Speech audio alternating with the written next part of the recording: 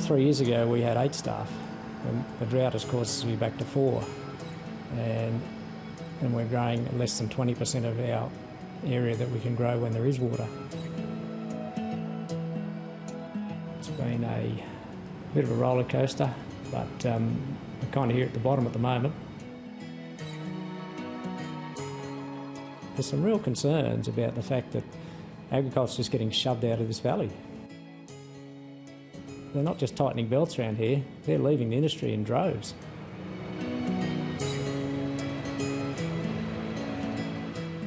As one of the biggest irrigators and agricultural producers in the region north of Boggabri, New South Wales, Andrew Watson says he's being muscled out by a new competitor. The yield here is drought affected. So the drought's obviously had a big impact on your water availability, but you're saying it's more than just the drought? Historically, we've been able to get into the temporary market and buy water in a drought to be able to grow 10 times the yield of what we're doing this year. So the impact of a large player in the market when they weren't traditionally meant to be in there has been very dramatic on a lot of our crops. And that's the mines? And that's the mines.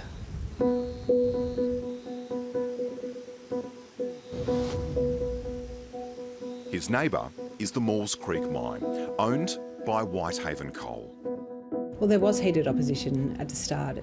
It was approved with conditions that said the mine must ensure compliance with the water legislation and it must have all the water licences that it needs to undertake its operations. And if it doesn't, then it must adjust its operations. So the main source of water that the mine was to rely on for its operations was a 3,000 megalitre water licence from the Namoy River, and that was a high security licence.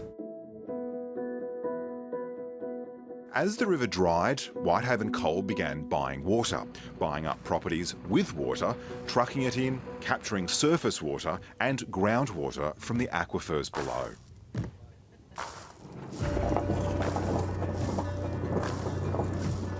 Local farmer and member of a grassroots group affiliated with Lock the Gate, Sally Hunter, says Whitehaven Coal's thirst for water is putting more pressure on people like her. It's just such a challenging time at the moment. You know, this low level of stress that drought brings into your lives.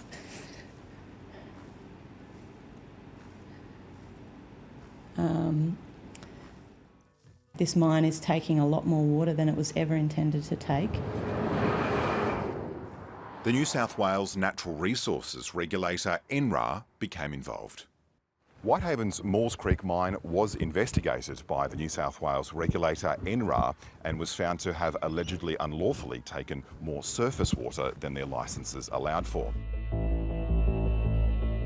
7:30 can reveal the day before the regulator announced its findings, the New South Wales Water Minister's office received this briefing note, which found the mine was taking water in excess of its harvestable rights entitlements.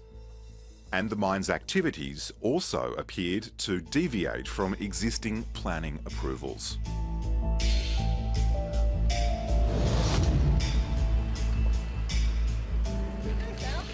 How you going, Dave? Right, what have you been up to? Oh, baling a bit of hay. Loading hay, you? Yeah, good to see you all here. So today a few of our local irrigators are coming together. They look around and they see a mine that's still operating at full capacity and that's seeking to grow and expand and have more mines in the region. And, you know, we're at a crisis point with our water. You know, the disturbance to the land is obviously what drives the water into these captured areas. Whitehaven Coal says it's not a big water user.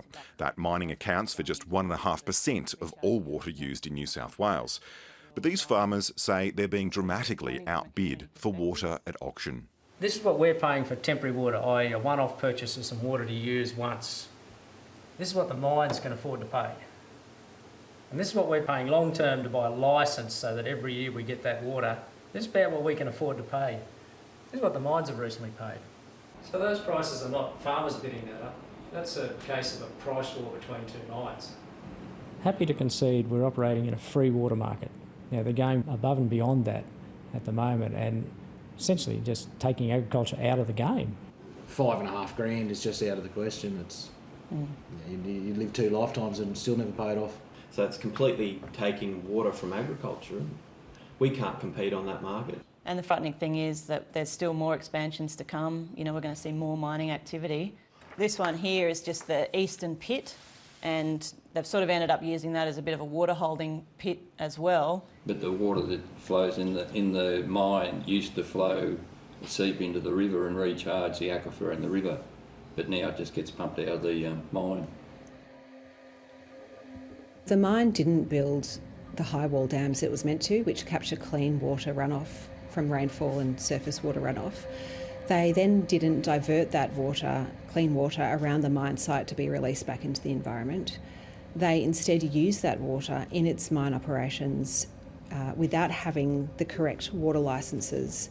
And they did all this in reliance on an exemption in the legislation that was meant to be for agricultural users for domestic and stock purposes.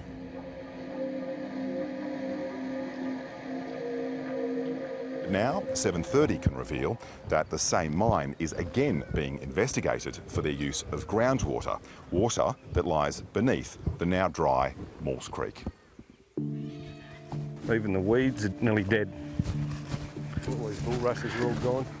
Yeah, not much of them left, is there? Brothers Phil and Rick Laird farm the land close to Maules Creek. Yeah, well, that's right. They say their groundwater has run dry. This was a lot shallower. I think a lot of the water that we've lost has ended up in the pit, and it's been used for coal washing and ultimately exported along with the coal. Whitehaven Coal declined to be interviewed on camera and rejected any suggestion that its use or water management contributed to groundwater drawdowns that affected local farmers and irrigators. Concerns about Whitehaven Coal's water management predated the regulator's investigation, as documents obtained by the Maules Creek Community Council show.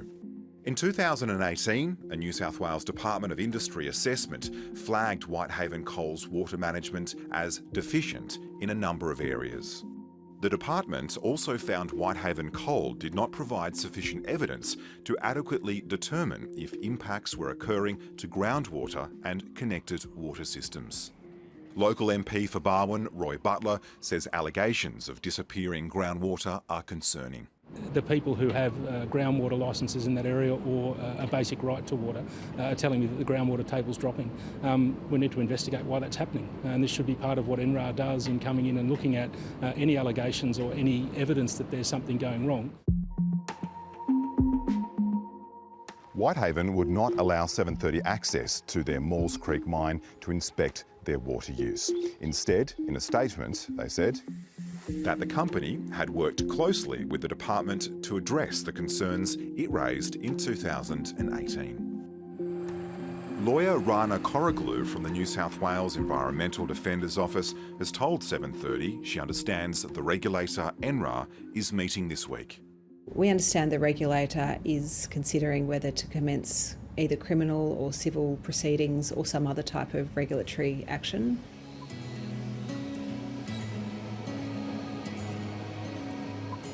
The outcomes of using water which we could grow food and fibre and fodder is just being used to water down roads and wash coal. We're really in unprecedented times. No one really knows what the future of agriculture is going to look like.